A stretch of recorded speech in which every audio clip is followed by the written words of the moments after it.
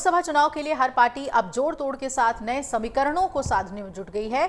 Bharatiya Janata party पिछले 2 बार की तरह फिर से इस बार अपने पुराने फॉर्मूले के साथ आगे बढ़ रही है। पार्टी की नजर इस बार फिर से ओबीसी वोटर्स पर है, लेकिन सबसे खास बात यह है कि इस बार बीजेपी को दोहरी चुनौती का सामना करना पड़ेगा। दरअसल इस बार चुनाव में अखिलेश यादव अपनी पुरानी रणनीति से अलग पीडीए के फॉर्मूले पर चलते नजर आ रहे हैं। पीडीए में पी यानी कि पिछड़ा, ऐसे में उनकी नजर पिछड़े वोटर्स पे होगी, ओबीसी पर। बीते 2 चुनावों की हार के बाद वो इस बार नए रास्ते पर निकल पड़े हैं और कांग्रेस इसी फॉर्मूले पर उनका साथ देती हुई भी नजर आ रही है। पार्टी ने बीते जातीय जनगणना और तमाम मुद्दों के जरिए अपने पिछड़े तबके को साधने की कोशिश की है। दूसरी तरफ मायावती की बात करें तो मायावती भी सपा प्रमुख अखिलेश यादव की तरह ही बीजेपी की मजबूती को अपने पाले में लाने की कोशिश कर रही है। उन्होंने फिर से पुराने फॉर्मूले के तहत मुस्लिमों के साथ ब्राह्मण और राजपूत को अपनी पार्टी में तवज्जो देना शुरू कर दिया है। पहली 2 लिस्ट में बीएसपी ने 25 उम्मीदवारों के नाम का ऐलान किया। इसमें सुरक्षित सीटों पर 7 मुस्लिम उम्मीदवार उतारे तो 4 ब्राह्मण उम्मीदवारों को भी मौका दिया है।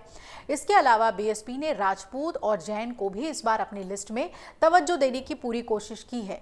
ये गौर करने वाली बात है कि ब्राह्मण और राजपूत समाज का बड़ा तबका इस वक्त बीजेपी के साथ है, यानी मायावती बीजेपी के वोटर्स में सेंध लगाने की कोशिश कर रही हैं। ऐसे में अखिलेश यादव और मायावती पूरी तरह से बीजेपी की मजबूत कड़ी को एक साथ चुनौती दे रहे हैं और अब पल्लवी पटेल की पार्टी अपना दल कमेरावादी ने आगामी चुनाव में असदुद्दीन ओवैसी, प्रेमचंद बिंद और बाबूराम पाल की पार्टियों के साथ गठबंधन कर चुनाव लड़ने की तैयारी कर ली है।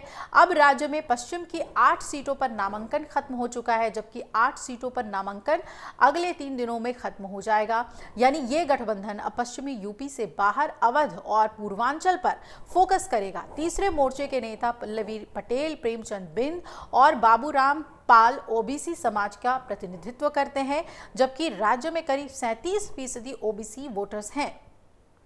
अब पश्चिमी यूपी के बाद अवध और पूर्वांचल में चुनावी रणनीति को ये नेता धार देंगे तो बीजेपी के लिए सीधी चुनौती होगी, क्योंकि इन दोनों ही इलाकों में ओबीसी तबका पूरी तरह से बीजेपी के साथ रहा है।